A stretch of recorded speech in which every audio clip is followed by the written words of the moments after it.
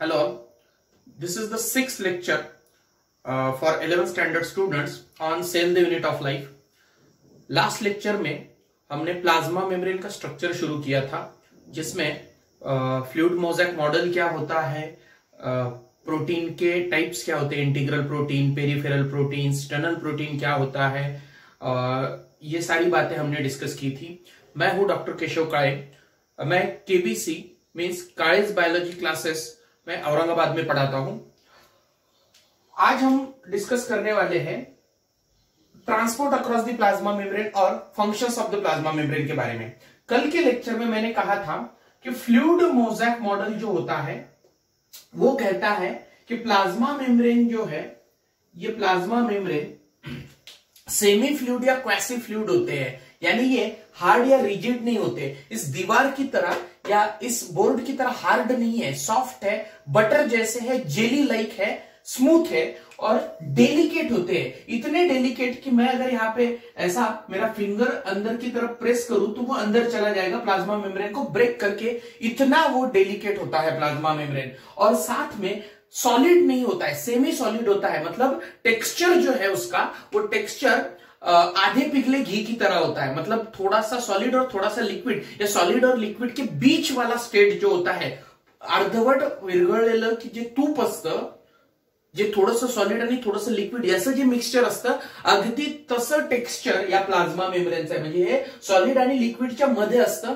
अतिशय डेलिकेट आणि नाजूक असतं। अशा या प्लाज्मा मेम्ब्रेनच्या सेमी फ्लूइड म्हणजेच क्वासी फ्लूइड नेचरमुळे, अशा फ्लूइड नेचरमुळे प्लाज्मा मेम्ब्रेनला काही फंक्शन्स करायला मदत होत असते। कुठले फंक्शन्स करायला?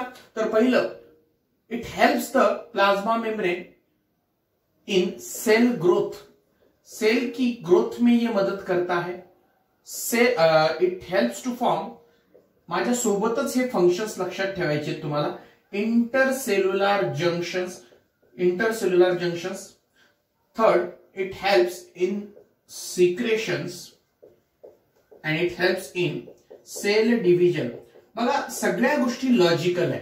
मी काय बोललोय, प्लाज्मा मेम्ब्रेन ही, हा न्यूक्लियस सपोज इथं सायटोप्लाझम असेल, प्लाज्मा मेम्ब्रेन ही अतिशय नाजूक, डेलिकेट, सेमी फ्लूइड किंवा सेमी क्वासी फ्लूइड म्हणजे सेमी सॉलिड नेचर असतं प्लाज्मा मेम्ब्रेनचं। याच्यामुळे होतं काय, अब देखो कोई भी सेल के अंदर का कंटेंट जब इंक्रीज होगा, यानी साइटोप्लाज्म की क्वांटिटी या अंदर जो सेल ऑर्गेनल होंगे, जैसे कि ये न्यूक्लियस है, इसको अटैच एंडोप्लाज्मिक रेटिकुलम होगा, यहाँ पे माइटोकॉन्ड्रिया होगा, ऐसे अलग अलग सेल ऑर्गेनल होते हैं। सेल ऑर्गेनल का नंबर बढ़ रहा है या साइज बढ़ रही है, या साइटोप्लाज्म की साइज बढ़ रही है, इस वजह से अंदर का ये जो इंक्रीजिंग साइटोप्लाज्म जो है वो प्लाज्मा मेम्ब्रेन पे प्रेशर एक्सर्ट करेगा, सारी तरफ से प्रेशर बढ़ रहा है। तो अगर प्लाज्मा मेम्ब्रेन सॉलिड या रिजिड होता तो वो अंदर के प्रेशर के रिस्पांस में फैलता नहीं, ग्रो नहीं करता।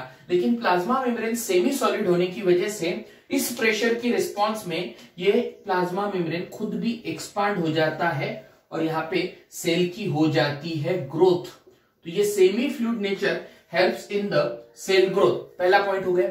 इंटरसेलुलर जंक्शन, हमारे बॉडी के सारे सेल जो है उनकी, वो ऐसे अकेले नहीं होते, उनके आसपास कई सारे सेल्स होते हैं, और ये जो नेबरिंग सेल्स है, इन नेबरिंग सेल्स के साथ प्लाज्मा मतलब नेबरिंग सेल के साथ हर सेल कनेक्टेड होता है।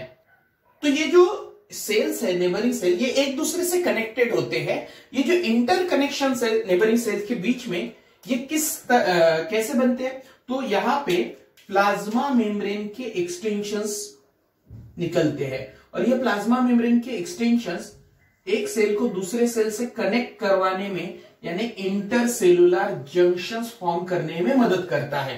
इंटरसेलुलर जंक्शन जो है वो एक सेल से दूसरे सेल में अलग अलग मटेरियल ट्रांसपोर्टेशन के लिए, कम्युनिकेशन के लिए, इंटरैक्शन के लिए मदद करता है दो सेल्स को। सिक्रेशन, आप सबको पता है आपके आंखों में टीयर ग्लैंड्स होते हैं जो टीयर सिक्रेट करते हैं। यहाँ पे सलाइवरी ग्लैंड है, वो सलाइवा सिक्रेट करते हैं।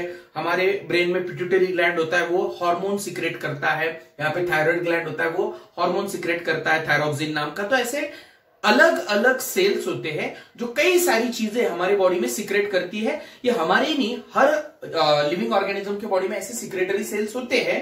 तो ये जो सिक्रेशन है, ये सिक्रेशन में भी प्लाज्मा मेम्ब्रेन का प्लाज्मा मेम्ब्रेन को हेल्प होती है उसके सेमी फ्लूइड नेचर की वजह से, उसके सेमी सॉलिड नेचर की वजह से सेल के अंदर के सिक्रेशन आसानी से बाहर जा सकते हैं, आसानी से सेल के बाहर जा सकते हैं। तो सीक्रेशंस। और तीसरा चौथा है सेल डिवीजन।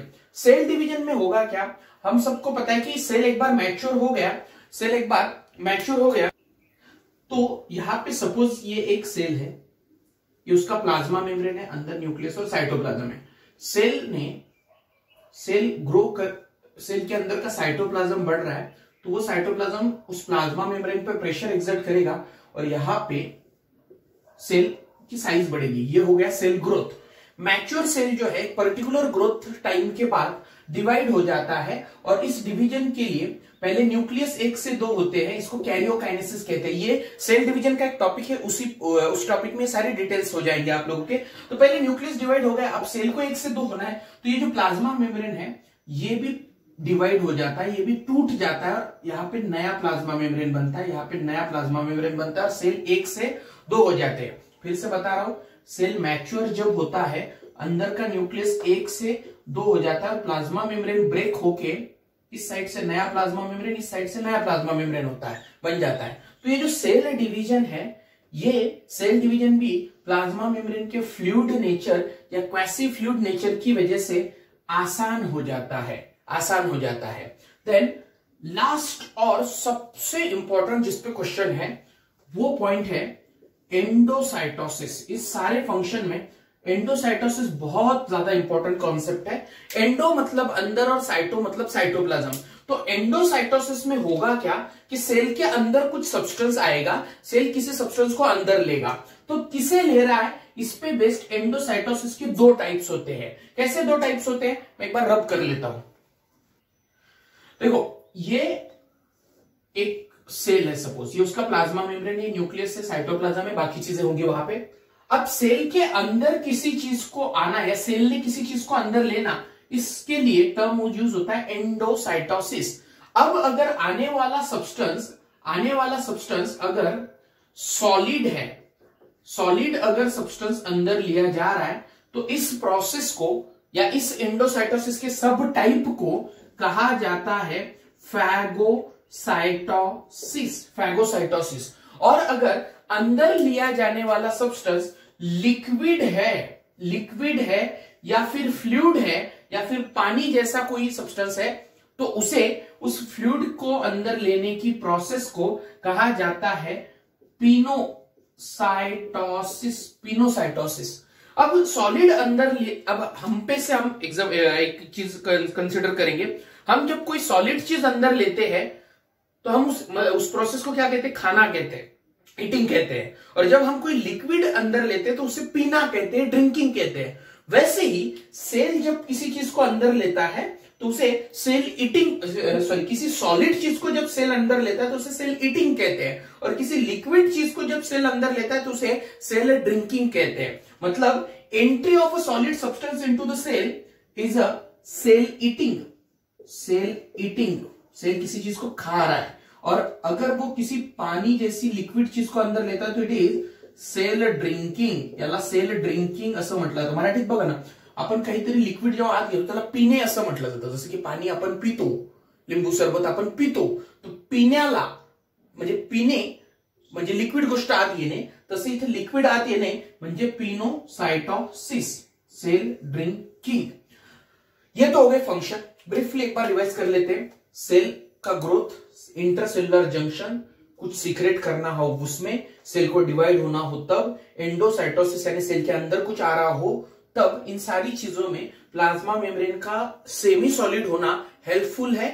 वो इसको मतलब उसकी वजह से ये सारी चीजें आसान हो जाती है। सेल के अंदर अगर सॉलिड चीज आती है तो फैगोसाइटोसिस, और लिक्विड चीज आती है तो पिनोसाइटोसिस।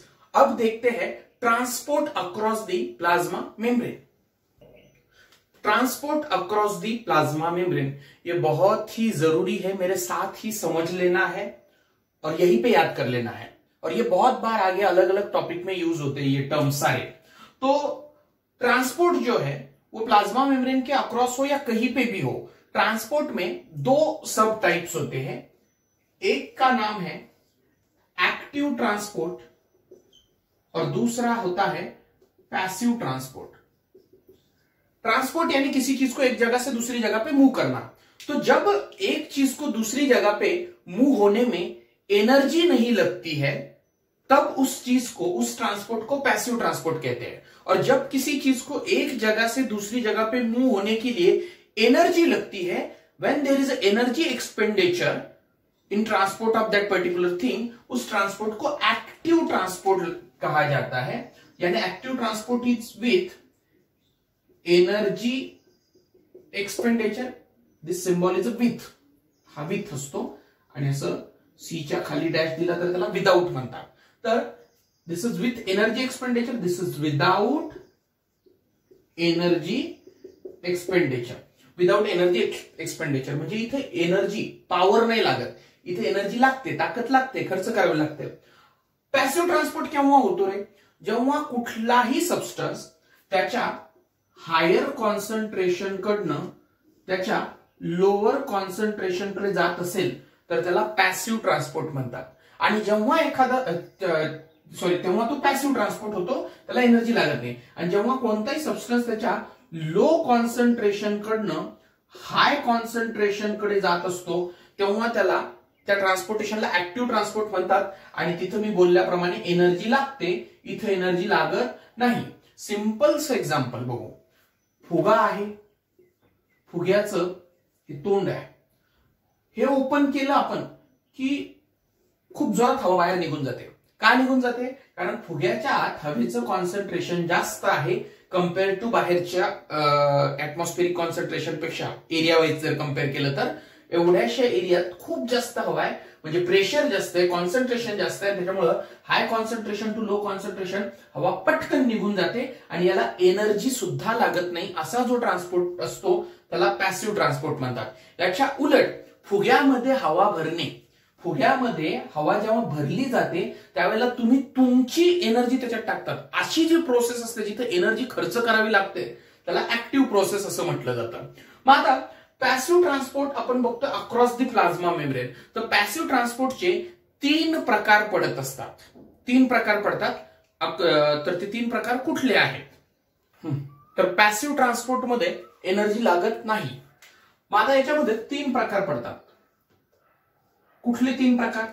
तर बघा, ही आहे आपली प्लाझ्मा मेम्ब्रेन। प्लाझ्मा मेम्ब्रेन मी इथं कालच्या लेक्चर मधलं स्ट्रक्चर आपण बघितलं होतं, कसं होतं रे ते? Head head head. प्लाझ्मा मेम्ब्रेनचं मॅग्निफाईड स्ट्रक्चर सांगतो तुम्हाला। हे लिपिडचे काय हेड आहेत आणि अशा मध्ये, आता हे जे हेड असतात मुलांनो नीट लक्ष द्या, एक एक शब्द महत्वाचा आहे, इथेच व्यवस्थित समजून घ्या। हे जे हेड असतात हे हायड्रोफिलिक असतात, म्हणजे यांना पाण्याचा प्रॉब्लेम नसतो आणि यांच्यापासून अशा प्रत्येक हेडला अटॅच 2 टेल असतात, या हायड्रोफोबिक असतात, हायड्रोफोबिक टेल असतात प्रत्येक हेडला अटॅच 2। हे फॉस्फोलिपिड आहेत आणि हा जो मधला रेड वाला पोर्शन आहे बाळांनो, हा रेड वाला पोर्शन हा हायड्रोफोबिक टेलचा बनलेला आहे। हायड्रोफोबिक टेल, हाइड्रोफोबिक म्हणजे जे पाण्याला रिपेल करतं, जे पाण्याला अपोज करतं, तो यहां से इस रेड वाले हिस्से से पानी पास नहीं हो सकता। पानी पास नहीं हो सकता मींस पानी में डिसॉल्व होने वाली कोई भी चीज पास नहीं हो सकती। वाटर या फिर वाटर सॉल्युबल सब्सटेंसेस इस रेड हिस्से को क्रॉस नहीं कर सकते। ब्लैक वाले पोर्शन को कुछ प्रॉब्लम नहीं है, हेड को मतलब लिपिड के हेड को पानी का कुछ प्रॉब्लम ही नहीं है। अंदर की तरफ से साइटोप्लाज्म है, उसको भी ये लिपिड फेस कर रहा है। नीट समजून घ्या, मी प्लाझ्मा मेम्ब्रेनचं मॅग्निफाईड स्ट्रक्चर काढतोय। समजा तुम्ही हा पोर्शन जो आहे प्लाझ्मा मेम्ब्रेनचा तो इलेक्ट्रॉन मायक्रोस्कोप मधनं बघताय। मग आता टेल टेल टेल आणि याच्या मध्ये मध्ये काय होतं, तर याच्या मध्ये मध्ये होते प्रोटीन्स, असे प्रोटीन्स होते, हे प्रोटीन्स आहेत। अब सब्सटेंस उसके हाई कॉन्सेंट्रेशन से लो कॉन्सेंट्रेशन की तरफ जा रहा है। मतलब क्या? मतलब सपोज कोई ए नाम का सब्सटेंस है, उसके यहाँ पे 100 मॉलिक्यूल है और अंदर सिर्फ 10 है, बाहेर जास्त मॉलिक्युल्स आहेत आणि आतमध्ये कमी मॉलिक्युल आहे. जेव्हा एखादा सबस्टन्स अशा जास्त कॉन्सन्ट्रेशन कडनं कमी कॉन्सन्ट्रेशन कडे जातो तेव्हा त्याला पॅसिव्ह ट्रान्सपोर्ट म्हणतात. मग त्याचे टाइप्स कसे पडतात? समजा बाळांनो, हा जर सबस्टन्स हा न्यूट्रल असेल म्हणजे त्याच्यावर कुठलाच चार्ज नसेल, कुठलाच चार्ज म्हणजे पॉझिटिव्ह पण नाहीये निगेटिव्ह पण नाहीये, असा हा ए सबस्टन्सचे हे 100 मॉलिक्युल आहेत आणि त्याच्यावर कोणताच चार्ज नाहीये, तर असा हा नॉन पोलार सबस्टन्स जो आहे, नॉन पोलार जो सॉल्यूट आहे, नॉन पोलार जो सबस्टन्स आहे तो लिपिड मधनं पास होतो आणि अशा प्रकारच्या ट्रान्सपोर्टला म्हणतात सिंपल डिफ्युजन.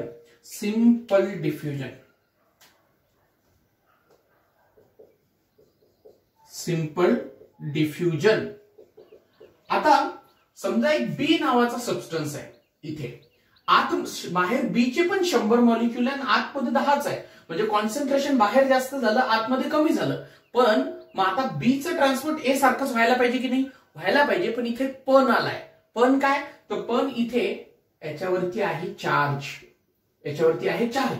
कोणताही चार्ज असू देत, पॉझिटिव्ह किंवा. सपोज इथे याचे 100 मॉलिक्युल बोललो मी आणि इथे किती आहे? 10च मॉलिक्युल आहेत. तर आता याच्यावरती चार्ज आहे, म्हणजे हा अगदी ए सारखा नाहीये. कॉन्सन्ट्रेशन ग्रेडियंट आहे म्हणजे बाहेर जास्त कॉन्सन्ट्रेशन आहे, आत कमी कॉन्सन्ट्रेशन आहे, अर्थातच पॅसिव्ह ट्रान्सपोर्ट होणार. पण गंमत अशी आहे की हा जो मधला रेड पोर्शन आहे लिपिड बाय लेअरचा, हा हायड्रोफोबिक तर आहेच, पण शिवाय काल आपण जसं बघितलं नॉन पोलार म्हणजे याच्यावरती कुठलाच चार्ज नाहीये आणि हा चार्ज असलेल्या सॉल्युट्सला तिथून पास होऊ देत नसतो. म्हणजे चार्ज वाला या पोलार कोई भी सॉल्यूट या मॉलिक्यूल इस लिपिड वाले हिस्से से गुजर नहीं सकता, पास नहीं हो सकता, ट्रांसपोर्ट नहीं हो सकता है. तो वो क्या करता है? वो इस प्रोटीन से पास होता है. मतलब क्या है? तो पोलार सॉल्यूट्स के या मॉलिक्यूल के ट्रांसपोर्ट में मदद लगती है किसकी? प्रोटीन्स की. और ये जो प्रोटीन्स होते हैं मेम्ब्रेन के, ये इस मॉलिक्यूल के ट्रांसपोर्टेशन में मदद कर रहे हैं, उसको बाहर से अंदर कैरी करने के लिए मदद कर रहे हैं, इसलिए उनको कैरियर प्रोटीन कहा जाता है. Carrier proteins. तो ये जो कैरियर प्रोटीन्स है ये पैसिव ट्रांसपोर्ट ही करने में मदद कर रहे हैं. बाहर ज्यादा कॉन्सेंट्रेशन है, अंदर कम कॉन्सेंट्रेशन है, high concentration to low concentration passive है, लेकिन इस ट्रांसपोर्टेशन में प्रोटीन की जरूरत होती है. And the transport of molecule from its higher concentration to lower concentration with the help of a protein is called as, ये थर्ड शब्द पाठ करा, फॅसिलिटेड डिफ्युजन. त्याला म्हणतात फॅसिलिटेड डिफ्युजन. प्रोटीन लागतात तिथं. तिसरं, ट्रान्सपोर्ट ऑफ पाणी, transport of water from its higher concentration to lower concentration is called as osmosis. इसे ऑस्मोसिस कहा जाता है. Osmosis is a special type of diffusion की जिसमें पानी ट्रांसपोर्ट हो रहा है from its higher concentration to lower concentration. जब सेल के बाहर सपोज पानी ज्यादा है और अंदर कम है, और उस पानी का जब ट्रांसपोर्ट होता है तो उसे कहा जाता है ऑस्मोसिस. अब यहाँ पे एक चीज समझना जरूरी है, ये लिपिड का जो बाय लेयर है ये हाइड्रोफोबिक है. मतलब बात साफ है कि यहां से भी पानी गुजर नहीं सकता लिपिड बाय लेयर से, क्योंकि ये हिस्सा हाइड्रोफोबिक है. तो पानी के ट्रांसपोर्ट में भी प्रोटीन लगते हैं. अलग अलग चैनल होते हैं. एक्वापोरिन नाम के चैनल होते हैं सेल मेम्ब्रेन में जो पानी को ट्रांसपोर्ट करने में मदद करते हैं. ये चैनल यानी प्रोटीन ही होते और वो ऑस्मोसिस में मदद करते हैं. ऑस्मोसिस क्या है? पानी का ट्रांसपोर्ट है from its higher concentration to lower concentration. एक बार मेरे साथ आप लोगों को फिर से रिवाइज करना है ब्रीफली. पैसिव ट्रांसपोर्ट क्या कह रहा हूं मैं? कोई भी सब्सटेंस उसकी ज्यादा क्वांटिटी से कम क्वांटिटी की तरफ अगर मूव होता है, सरळ ही पाण्याची टाकी आहे आणि हा कॉक आहे जो बंद आहे. पाण्याची टाकी गच्च भरलेली आहे, पूर्ण तुडुंब भरलेली आहे. जर तुम्ही नळ ओपन केला तर इथून पाणी खाली जातं. हे जे हाय कॉन्सेंट्रेशन, कारण का तर खाली जी बकेट तुम्ही लावली त्या बकेटीपेक्षा इथं पाण्याचं कॉन्सन्ट्रेशन जास्त आहे. तर कुठलाही सबस्टन्स हा त्याच्या हायर कॉन्सन्ट्रेशन कडनं जर लोअर कॉन्सन्ट्रेशन कडे मूव्ह होत असेल तर त्याला पॅसिव्ह ट्रान्सपोर्ट म्हणतात. मग आता आपलं बीट काय? आपलं बीट आहे transport across the plasma membrane. मग प्लाझ्मा मेम्ब्रेनच्या अक्रॉस जर का ट्रान्सपोर्ट हा असा होत असेल बघा. समजा हे मध्ये मध्ये कॅरियर प्रोटीन आहे पोरांनो, हे प्लाझ्मा मेम्ब्रेनचे प्रोटीन्स आहेत. जर एखादा मॉलिक्यूल त्याच्या हायर कॉन्सन्ट्रेशन कडनं लोअर कॉन्सन्ट्रेशन कडे लिपिड मधनं जाऊ शकत असेल तर निश्चितच तो मॉलिक्यूल हा चार्ज नसलेला मॉलिक्यूल आहे, तो नॉन पोलार मॉलिक्यूल आहे. आणि अशा न्यूट्रल मॉलिक्यूलचा ट्रान्सपोर्ट हा लिपिड मधनं होतो, त्याला म्हणतात सिंपल डिफ्युजन. Simple diffusion. ज्याच्यावरती चार्ज आहे तो पॉझिटिव्ह असेल किंवा निगेटिव्ह, त्याला लिपिड जाऊ देत नाहीत. त्याला कुठून जावं लागतं, त्याला प्रोटीन्स मधनं जावं लागतं प्लाझ्मा मेम्ब्रेनच्या. आणि जेव्हा ट्रान्सपोर्टेशनसाठी प्रोटीनची गरज लागते तेव्हा त्या ट्रान्सपोर्टेशनला म्हणतात फॅसिलिटेड ट्रान्सपोर्ट, फॅसिलिटेड डिफ्युजन, फॅसिलिटेड डिफ्युजन. आणि तिसरा, आता हे मी तिसरं जे आहे ते स्पेशली पाहण्यासाठी ती टर्म यूज होते की थोडक्यात diffusion of water or movement of water from its higher concentration to lower concentration is called as osmosis. Osmosis असे हे 3 प्रकार आहेत. सो तीसरा टाइप बचा है एक्टिव ट्रांसपोर्ट. पैसिव ट्रांसपोर्ट में high concentration to low concentration move होता है. अब ठीक एक बार समझ लेते हैं क्या होगा. सपोज कोई एक मॉलिक्यूल है ए नाम का, जिसके बाहर 100 मॉलिक्यूल है और अंदर 10 ही मॉलिक्यूल है. अब higher concentration to lower concentration ये पैसिवली मूव होगा. कब तक, सपोज 10 मॉलिक्यूल आ गए, 20 आ गए, 30 आ गए, 50 आ गए. इसके सपोज 60 मॉलिक्यूल अंदर आ चुके हैं, बाहर कितने बचे, 40 मॉलिक्यूल बच गए. 40 मॉलिक्यूल बच गए. या यूं कहो कि 50 मॉलिक्यूल अंदर आ गए, 50 बाहर है, कॉन्सेंट्रेशन इक्वल है. ज्यादा से ज्यादा एक और मॉलिक्यूल आएगा, इसके 51 और पहले के 10, यानी अब कितने हो गए, 61 मॉलिक्यूल्स अंदर हो गए उस ए सब्सटेंस के. बाहर बचे कितने, 49. क्या कह रहा हूं मैं, पहले से 10 अंदर है, बाहर 100 है. Higher concentration to lower concentration आने वाला है, तो सपोज ज्यादा से ज्यादा कितने आ सकते हैं, यहां से यहां पे 50 आएंगे, बाहर बचे कितने, 50. अब कॉन्सेंट्रेशन पहले ऑलरेडी ज्यादा हो चुका है बच्चों, ऑलरेडी ज्यादा हो चुका है. 60 मॉलिक्यूल अंदर हो चुके हैं और बाहर कितने हैं, 50 है. एनी हाउ बाहर कॉन्सेंट्रेशन कम हो गया और अंदर ज्यादा हो गया. किसी भी तरीके से आपको जैसे इमेजिन करना है वैसे इमेजिन कर लो. अब इस ए का ट्रांसपोर्ट पैसिवली नहीं होगा, लेकिन सेल को वो मॉलिक्यूल अंदर लेना है. तो सेल के पास चॉइस क्या है, तो सेल के पास चॉइस होती है एक्टिव ट्रांसपोर्ट की, कि जिसमें एनर्जी एक्सपेंड करके, एटीपी खर्च करके इस मॉलिक्यूल को अंदर खींचा जाता है, लिटरली खींचा जाता है. और वो खींचने वाली जो मोटर्स होती है, जैसे पानी को पंप करने वाले मोटर्स होते हैं, वैसे यहाँ पे खींचने वाले मोटर्स जो है वो प्रोटीन से ही बने होते हैं. और इन मोटर्स को, इस प्रोटीन्स को या इन खींचने वाले मोटर्स को या कहा जाता है पंप्स.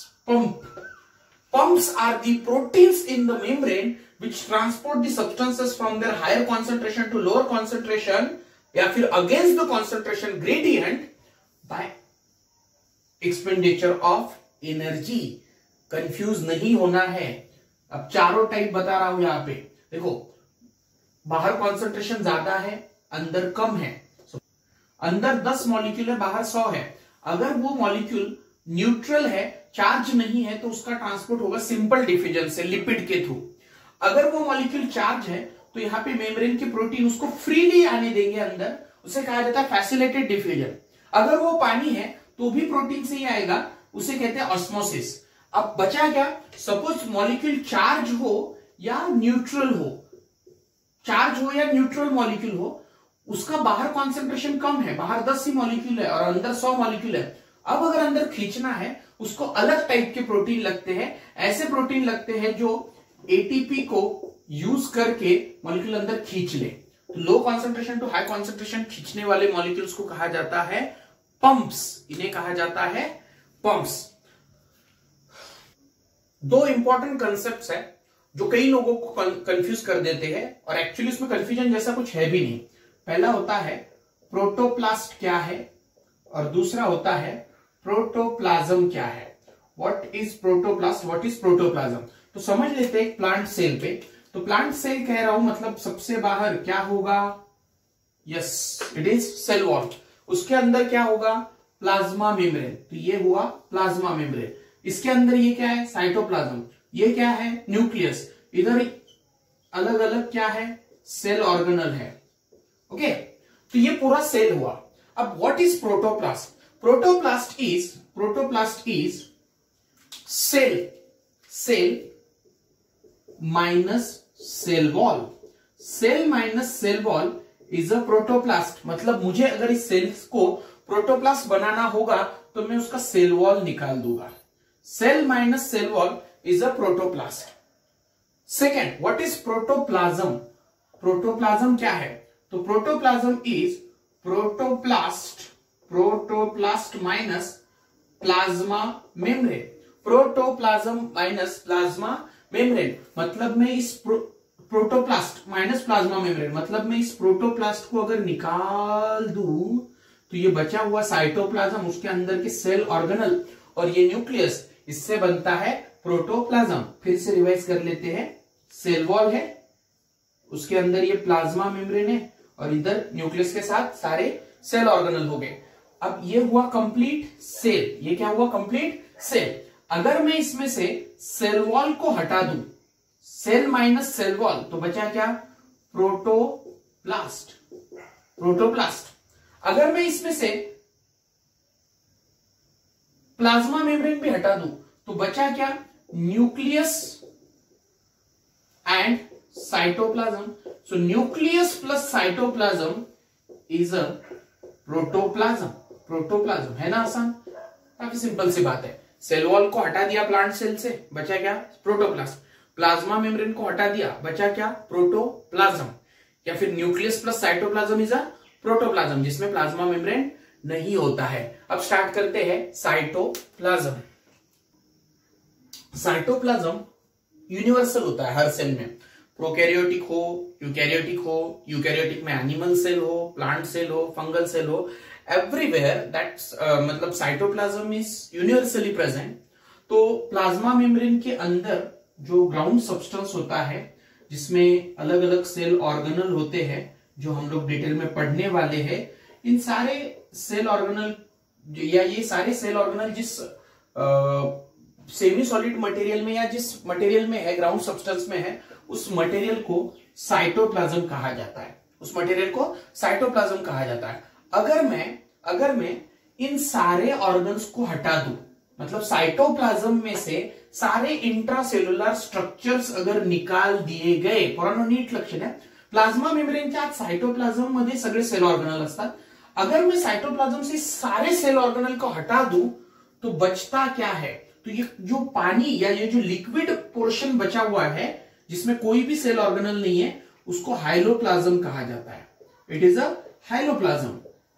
हाइलोप्लाज्म में जो ये यूनिफॉर्म नहीं होता है थ्रू आउट। मतलब कैसे? प्लाज्मा मेम्ब्रेन के नजदीक वाला जो पोर्शन आहे, जे प्लाज्मा मेम्ब्रेनच्या जवळ असतं, म्हणजे थोडक्यात जे सेलच्या बाहेरच्या बाजूकडचं साइटोप्लाज्म किंवा हाइलोप्लाज्म जे असतं ते जेल सारखं असतं। It is like a gel. और इस जेल लाइक साइटोप्लाज्म को देखो, यहाँ पे जो साइटोप्लाज्म होगा जो प्लाज्मा मेम्ब्रेन के पास है, it is like a gel, और इसलिए इसको प्लाज्मा जेल भी कहा जाता है, प्लाज्मा जेल। और सेल के सेंटर की तरफ, मतलब जहां न्यूक्लियस होता है ना, उधर का साइटोप्लाज्म या सेंटर का साइटोप्लाज्म जो है वो उसे सोल कहते हैं। तो सोल या ये थोड़ा लिक्विड होता है, वाटरी होता है, और इसे प्लाज्मा सोल भी कहा जाता है। तो सिंपल सी बात है, सेल देखो सारे टर्म्स एक साथ याद करने हैं मेरे साथी। प्लांट सेल है तो ये क्या दिखना चाहिए आपको सबसे बाहर? Cell wall. सेल वॉल के अंदर क्या है? Plasma membrane. अगर और प्लाज्मा मेम्ब्रेन के अंदर साइटोप्लाज्म, और साइटोप्लाज्म में न्यूक्लियस के साथ सारे सेल ऑर्गेनल। यहाँ पे न्यूक्लियस, सारे सेल ऑर्गेनल, और सबसे बाहर कौन होगा? Cell wall. अगर मैं सेल में से सेल वॉल हटा दूं, बचा क्या? प्रोटोप्लास्ट। अगर मैं प्लाज्मा मेम्ब्रेन को हटा दूं प्रोटोप्लास्ट में से, तो बचा क्या? न्यूक्लियस और साइटोप्लाज्म और बाकी सेल ऑर्गेनल, तो उसे कहते हैं प्रोटोप्लाज्म। देन अब अगर सेल के अंदर ये जो साइटोप्लाज्म होता है, इसमें से हम सारे सेल ऑर्गेनल अगर निकाल दे, सारे सेल इंट्रासेलुलर स्ट्रक्चर अगर निकाल दे, तो उसे हाइलोप्लाज्म कहा जाता है।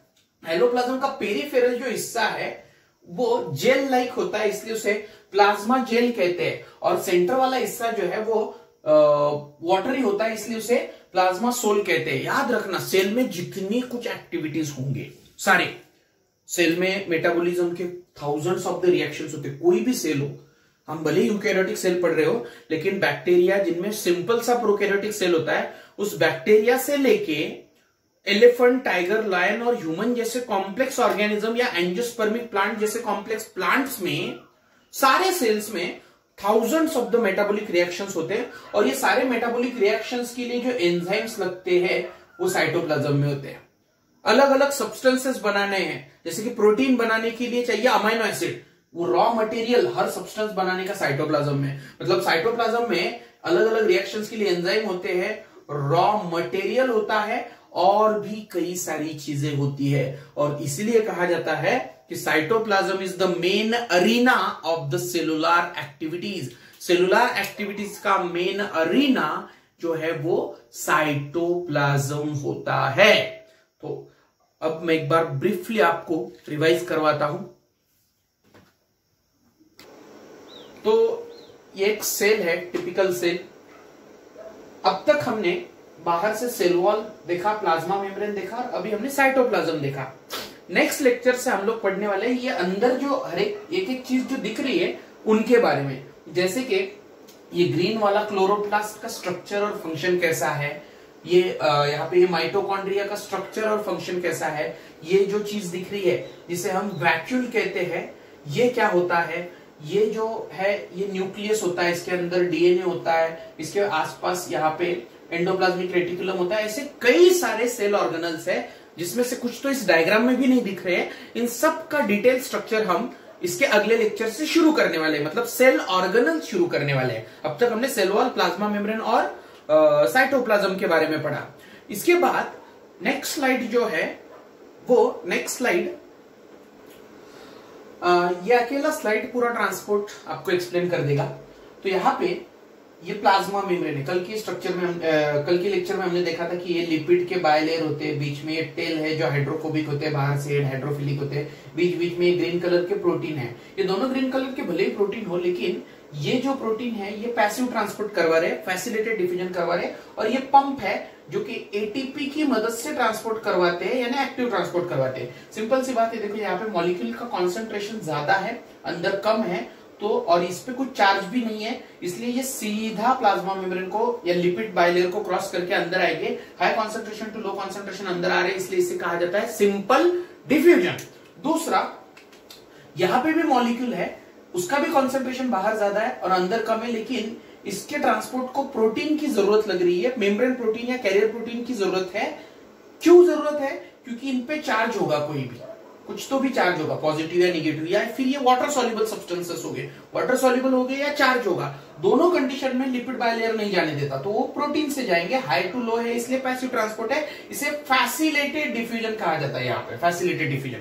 अगर वाटर मॉलिक्यूल ट्रांसपोर्ट होता है ऐसे किसी प्रोटीन से वाटर, तो उसे ऑस्मोसिस कहा जाएगा। सिंपल डिफ्यूजन, फैसिलिटेटेड डिफ्यूजन और ऑस्मोसिस तीनों पैसिव ट्रांसपोर्ट है। अब सपोज कोई मॉलिक्यूल अंदर ट्रांसपोर्ट हो रहा है, बहुत सारे मॉलिक्यूल इसके अंदर ट्रांसपोर्ट हो गए और बाहर बचे 2-3 मॉलिक्यूल, यानी कम मॉलिक्यूल बाहर है। अब ऐसे low concentration to high concentration जब ट्रांसपोर्ट करना होगा तो ये प्रोटीन नहीं काम आते, उसके लिए अलग प्रोटीन चाहिए जो एटीपी को यूज कर सकते हैं। ऐसे प्रोटीन्स को पंप्स कहा जाता है और इन पंप्स की मदद से होने वाले ट्रांसपोर्ट को एक्टिव ट्रांसपोर्ट कहा जाता है। लेक्चर से रिलेटेड कोई भी डाउट्स हो, किसी कंसेप्ट से रिलेटेड कुछ आपको क्वेरीज हो, तो आप मुझे 7972312550 इस नंबर पर व्हाट्सएप कर सकते हैं। अगर आपको लेक्चर अच्छे लग रहे हो तो आपके फ्रेंड्स के साथ शेयर कीजिए, सब्सक्राइब कीजिए। आज के लिए यहीं पे रुकते हैं। Thank you.